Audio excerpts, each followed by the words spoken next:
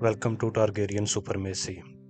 Valerian empire और Rhoynar के दरमियान नतीजा हेज जंग का खात्मा हो चुका था। बैरन द ग्रेट के अजीम शहर क्रोइन को तबाह करने के बाद वलेरियंस का अगला टारगेट रोइनार तहजीब के बाकी शहरों की भी क्रोइन जैसी ही हालत करना था। लेकिन गैरन ने वलेरियन हमलावरों पर लानत की और बदवा दी और वलेरियंस को ग्रे स्केल बीमारी ने घेर लिया, जिससे उनकी अगले शहरों पर चढ़ाई थोड़ी देर के लिए रुक गई।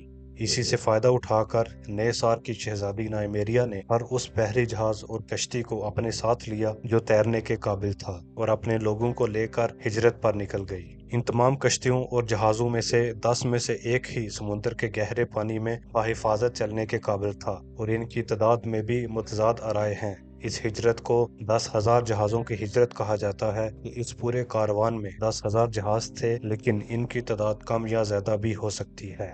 नाइमेरिया ने इन जहाज़ों में बच्चों, औरतों और बूढ़ों को सवार किया और धुएं जले हुए कस्बों के बीचों बीच वलेरियन हमला आवरों से बचते बचाते रोइन दरिया के जनूबी हिस्से तक पहुंचे।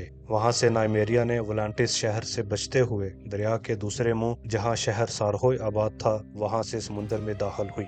यह सफर बिलाशुबा एक मुश्किल और तकलीफों भरा सफर था। इस कारवान के कई जहाज पहले तूफान में ही डूब गए और कुछ डर के मारे वापस रोइन की तरफ जाने लगे, लेकिन उन्हें वलांटस के शहरियों ने पकड़कर गुलाम बना लिया।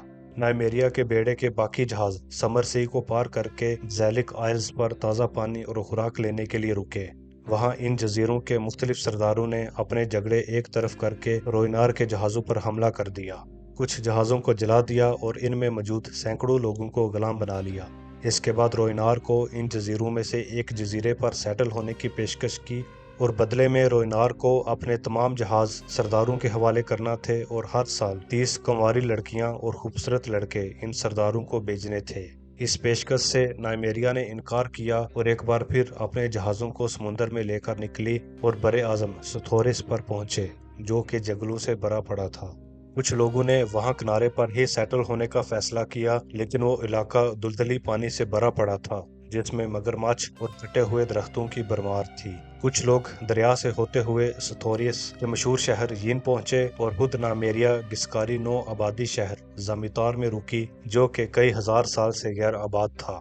यह इलाका कीमती पत्थरों, सोने और पुख्ता लकड़ी से भरपूर था, लेकिन रोइनार इस माहौल में रहने के आदी नहीं थे कि इस इलाके का माहौल चिपचिपाती गर्मी और मक्खियों से अटा हुआ था, जिसमें एक के बाद एक मुख्तलिफ बीमारियों ने उन्हें घेर लिया। खास तौर पर बच्चे और बूढ़े इन बीमारियों का ज्यादा निशाना बने। इसके अलावा सथोरियस के किनारे पर रहायश पजीर लोगों पर बजेलिक जजीरों के लोगों ने फिर से हमले करना शुरू किए और उन्हें गुलाम बनाना शुरू कर दिया। सबसे बड़ा और परेशान कुन वाकया यीन शहर में हुआ। यह शहर ब्लैक स्टोन से बना हुआ था और भूतों और आसेबों का यहाँ बसेरा था। इस शहर की वहशत इतनी ज्यादा थी कि जंगल भी इस इलाके में दाखिल ना हुआ था।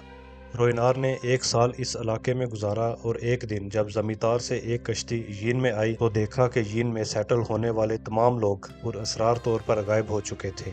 इसके बाद नाइमेरिया ने एक बार फिर अपने लोगों को तमाम सामान बांधकर जहाजों पर समुद्र में निकलने का हुक्म दिया। अगले 3 साल नाइमेरिया और इसके लोगों ने जनूबी समुद्र के इलाकों में ही गुजारे। सबसे पहले वो नाथ जजीरे पर पहुंचे, जो कि तितलियों का जजीरा कहलाता है। डेनेरिस टारगेरियन की साथी मिसेंडाई भी इसी जजीरे से थी। इस जजीरे के पुरअमन लोगों ने नए लोगों को खुशामदीद कहा, लेकिन इस जजीरे के खुदा, जिनकी जिम्मेदारी इस जजीरे की हिफाजत करना थी, ने नए आने वालों को एक बीमारी में मुब्तला कर दिया और लोग मरने लगे। जिस पर नाइमेरिया ने एक बार फिर अपना सफर शुरू किया और समर जजीरों पर मौजूद एक जजीरे वलानो के करीब पहुंची। ये जजीरा चट्टानों पर मुश्तमिल था और यहाँ खुराक उगाने में दुश्वारी का सामना था। कुछ औरतें ही इस जगह रुकी और इस जजीरे का नाम औरतों का जजीरा यानी आइल ऑफ वुमेन पड़ गया।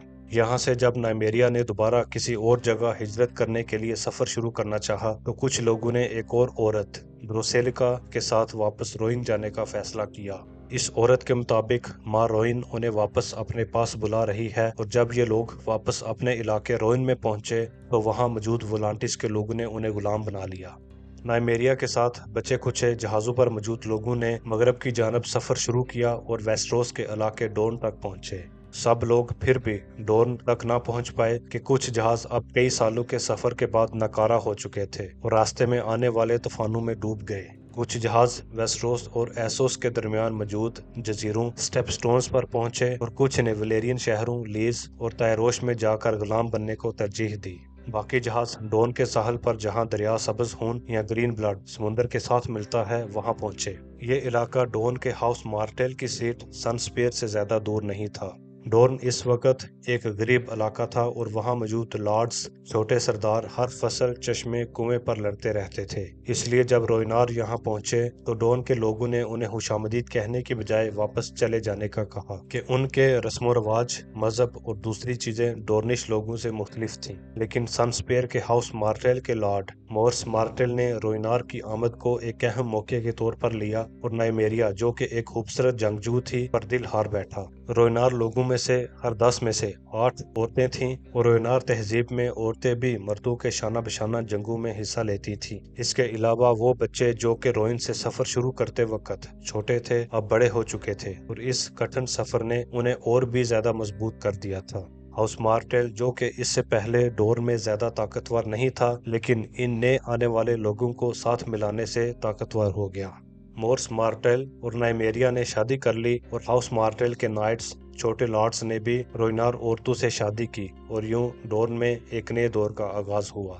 نئے آنے والے روئنار لوگوں کی تہذیب ویسٹروس کے رہنے والوں سے زیادہ ترقی یافتہ تھی۔ روئنار لوہاروں نے ہتھیار آرمر بنانے شروع کیے اور دوسرے فنون بھی مقامی لوگوں کو سکھائے۔ ان سب سے بھی زیادہ اہم، روئن جادوگرنیوں نے اپنے عملوں سے ڈون کے خشک دریاؤں، ندیوں اور نالوں کو پانی سے بھر دیا جس سے صحرا بھی سرسبز ہو گئے۔ نائمیریا نے ڈون کو مستقل رہائش بنانے اور اپنے لوگوں کو واپس سمندر میں جانے سے روکنے کے لیے اپنے تمام بحری جہاز جلا دیے کہ اب ڈون ہی ہمارا نیا گھر ہے۔ جہازوں کے جلائے جانے کو کچھ روئن لوگوں نے اپنے دل پر لیا اور زمین پر آباد ہونے کی بجائے دریا گرین بلڈ کے کناروں پر جا کر آباد ہوئے تاکہ دریا روئن کی کمی کو پورا کیا جا سکے۔ اپنے جہاز جلانے کے بعد نائمیریا نے مورس مارٹل کو روئنش رواج کے مطابق ڈون کا حکمران اور سن سپیر کا شہزادہ قرار دیا اور پھر پورے ڈون پر اپنی حکومت قائم کرنے کے لیے ڈون کے باقی سرداروں اور بادشاہوں کے خلاف جنگیں کی۔ ان جنگوں میں آدھا ڈون مارٹلز کے ساتھ جبکہ آدھا ان کے خلاف تھا، اور جب مورس مارٹل ایک لڑائی میں مارا گیا تو نائمیریا نے ڈون کی شہزادی کا خطاب اپنایا اور ڈون پر حکومت کرنے لگی۔ نائمیریا نے بعد میں لارڈ اولر اور پھر سر ڈیوس ڈین ساؤڈ آف مارننگ کے ساتھ بھی شادی کی لیکن ڈون کی حکمران وہی رہی۔ اپنے 27 سالہ دور میں نائمیریا نے 2 بغاوتیں، سٹوم بادشاہ کے 3 حملے اور ریچ کے گارڈنر بادشاہ کا 1 حملہ پسپا کیا، اور جب وہ دنیا سے رخصت ہوئی تو مورس مارٹل اور نائمیریا کی بڑی بیٹی ہی ڈون کی حکمران شہزادی بنی کہ عورتوں کو وراثت کا حق دینے اور دوسرے قانون روئن تہذیب سے اپنا لیے گئے تھے۔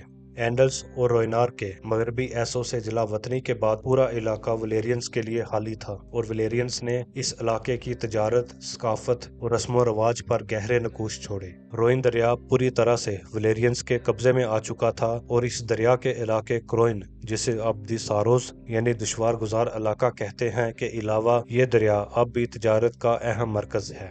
ولیرین امپائر کی آنے والی ویڈیوز میں آزاد ریاست ولیریا کی اندرونی سیاست، ڈریگن لارڈز کی رائیولری اور پھر ولیریا کی تباہی اور باقی بچ جانے والے ڈریگن لارڈز پر بات کریں گے۔